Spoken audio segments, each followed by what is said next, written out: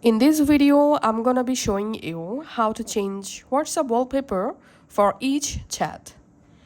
Go to your WhatsApp from chat.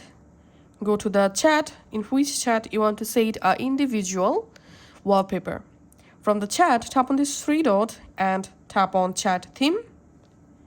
And now here you get lots of themes. You can pick any of the theme for the specific chat. So I'm selecting this theme, for example, tapping on apply to apply the theme.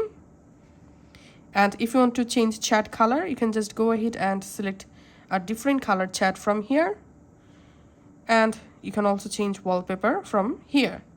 Now I'm going back and we can see I've added a new wallpaper or theme for this chat. Now let's go to another chat. The same way, I'm just going to chat theme, going to wallpaper, and let's select this wallpaper for this chat. Set wallpaper, and I can also change chat color from here.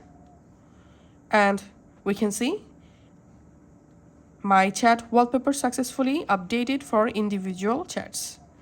Thanks for watching.